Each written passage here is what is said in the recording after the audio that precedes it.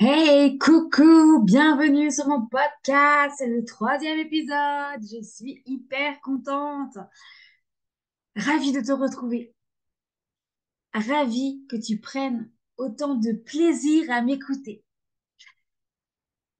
Aujourd'hui, nous allons aborder le sujet de la vie des autres. On va commencer par cette phrase que je dis souvent à mes clientes, à mon entourage, la vie des autres, c'est la vie des autres. C'est-à-dire, certaines personnes vont émettre un avis sur ta vie, voire vont critiquer ta vie, vont juger tes choix, vont te conseiller sur quelque chose qui souvent ils ne connaissent pas, ne maîtrisent pas, mais vont avoir l'impression que c'est la bonne solution. Oui, alors pour eux, du coup. Ça va être la bonne solution pour eux. Ça va être leur avis à eux, par rapport à leur vie à eux. Ça va être la bonne solution en fonction de qui ils sont, pas en fonction de qui tu es. Évidemment, quand tu décides de changer ta vie, quand tu décides de ne plus être la vache qui regarde le train passer, de ne plus être la personne qui regarde sa vie passer, évidemment, tu vas réveiller dans ton entourage, dans tes proches, tu vas réveiller à l'intérieur d'eux des souffrances, des histoires pas finies, mal finies, des histoires mal vécues, des peurs, des envies qu'ils ne réalisent pas, des rêves qu'ils se disent qu'ils ne peuvent pas réaliser. Et toi, tu vas arriver, tu vas dire, OK, je vais changer de vie, je vais créer une vie extraordinaire. Sauf qu'à ce moment-là, il va se jouer quelque chose de très important dans ta vie. Tu vas devoir, d'après les autres, évidemment, te justifier sur tes choix de vie. Tu vas devoir justifier le pourquoi, tiens, tu as envie de vivre une vie extraordinaire. Tiens, pourquoi tu as décidé de changer de vie. Tiens, pourquoi tu vas arrêter de faire un job où ben, tu t'épanouis pas du tout, mais alors pas du tout. Pourquoi à un moment donné, tu vas faire le choix de sauver ta peau en arrêtant de travailler dans tel et tel poste? Pourquoi à un moment donné, tu vas créer une entreprise parce que tu sens qu'à l'intérieur de toi, c'est le bon truc au bon moment? Quand on décide de sortir du moule, on se rappelle bien, il n'y a que les tartes qui rentrent dans les moules. Quand on décide de rentrer dans un moule, de sortir du moule plutôt, eh ben oui, les autres vont venir et vont te dire, mais qu'est-ce que tu fais? Mais c'est quoi ces choix? Mais non, tu peux pas faire ça. Mais pourquoi tu fais ça?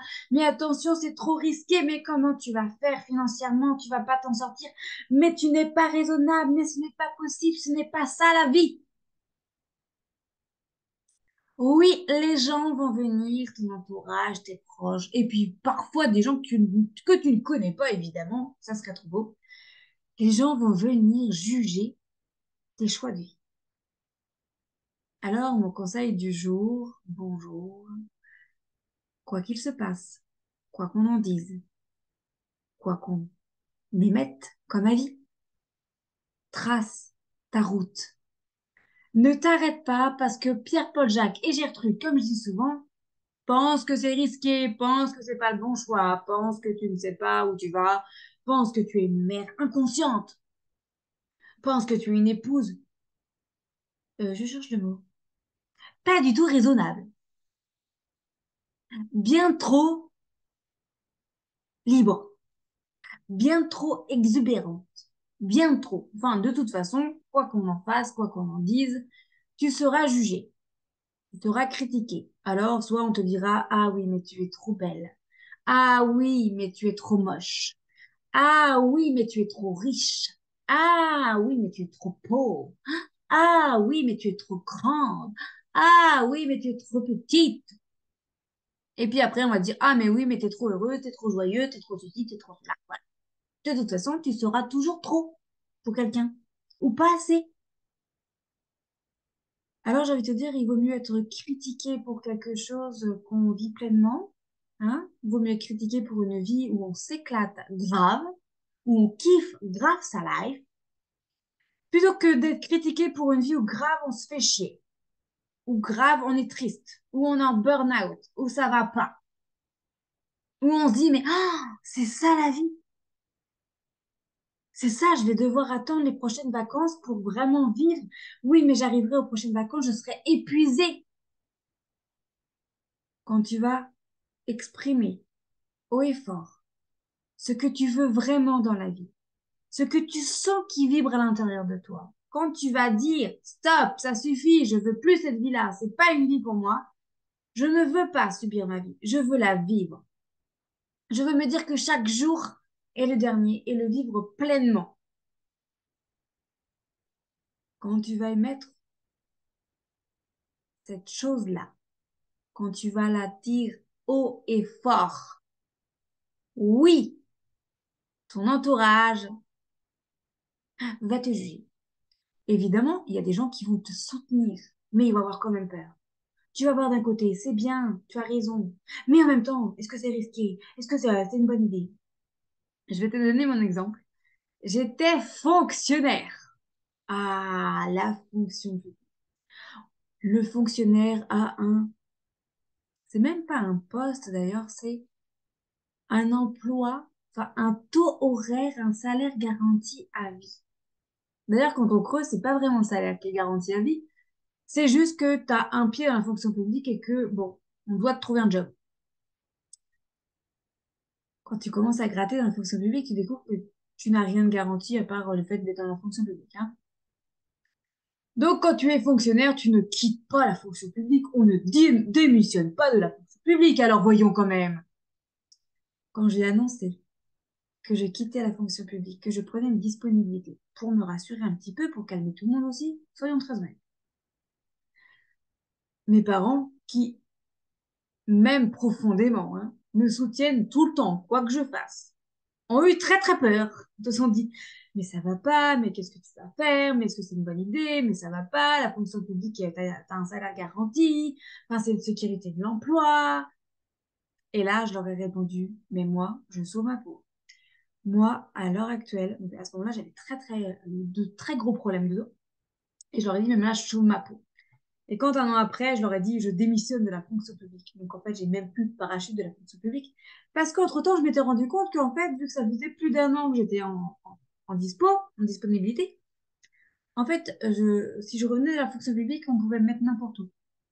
C'est-à-dire que je ne serais plus animatrice, ils pourraient me mettre en femme de ménage.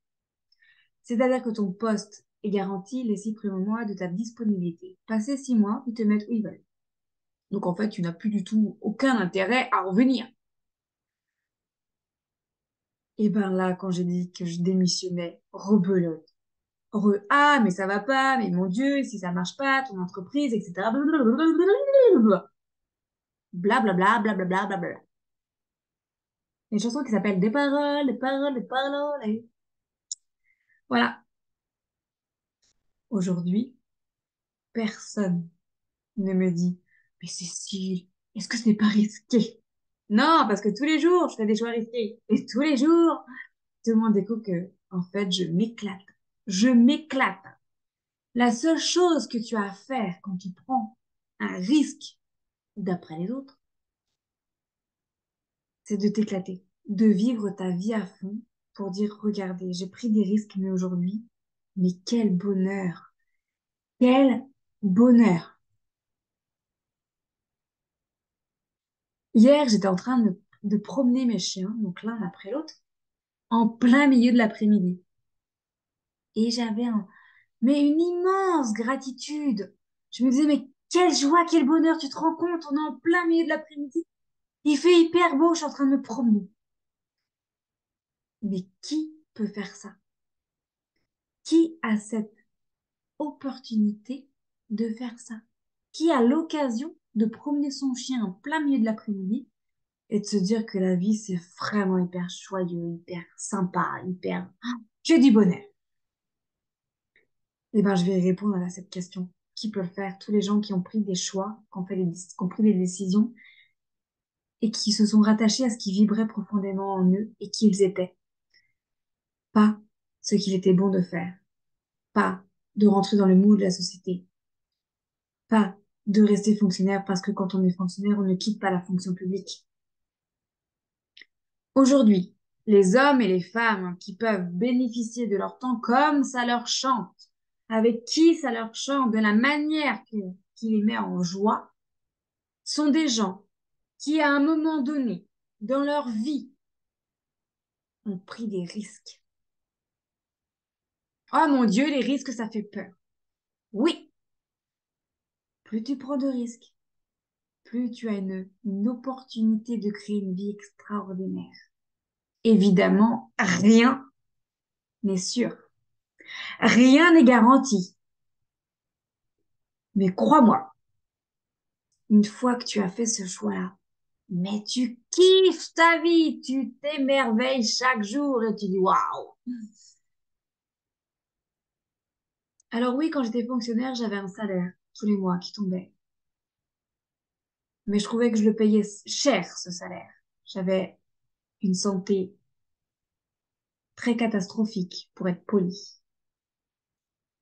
J'avais un rythme de vie où j'arrivais au périscolaire chercher mes enfants en courant, en braillant, en criant, parce que j'étais en retard, parce que la journée était stressante, parce que j'avais été malmenée par mes supérieurs, parce qu'il y avait des bouchons, parce que. Et un jour, tu te vois, tu regardes la femme que tu es devenue, la maman qui crie sur ses enfants, et tu te dis, plus jamais je vais faire subir ça à mes enfants. Plus jamais. Moi, je ne veux pas être cette maman-là qui arrive, qui crie parce qu'elle a un travail qui ne l'épanouit pas. Je ne veux pas être cette maman-là. Ce n'est pas possible. Ce n'est pas envisageable. Ce n'est pas le pourquoi je suis là. Je suis pas là pour subir ma vie. Je suis là pour vivre pleinement à 3000% ma vie. Alors j'ai envie de te dire, fous-toi royalement des jugements des autres. Évidemment, tu vas les entendre. N'oublie jamais que les gens qui t'entourent ont peur pour toi. Souvent, c'est une grande marque d'amour. Et plus ils t'aiment, plus ils ont peur. Plus ils t'aiment, plus ils vont avoir une réaction violente. Plus ils t'aiment, plus ils vont te mettre des bâtons dans les roues pour pas que tu te fasses mal, pour pas que tu échoues, pour pas que tu tombes très bas. Alors, on le sait bien, les gens qui tombent très bas sont capables de monter très haut parce que tu sais gérer le très bas. Et voilà! Je te souhaite une excellente journée. Kiffe ta life, fais des choix. Recentre-toi. Reconnecte à toi. Reconnecte-toi à toi. Et vis, vis, vis. La vie, c'est maintenant.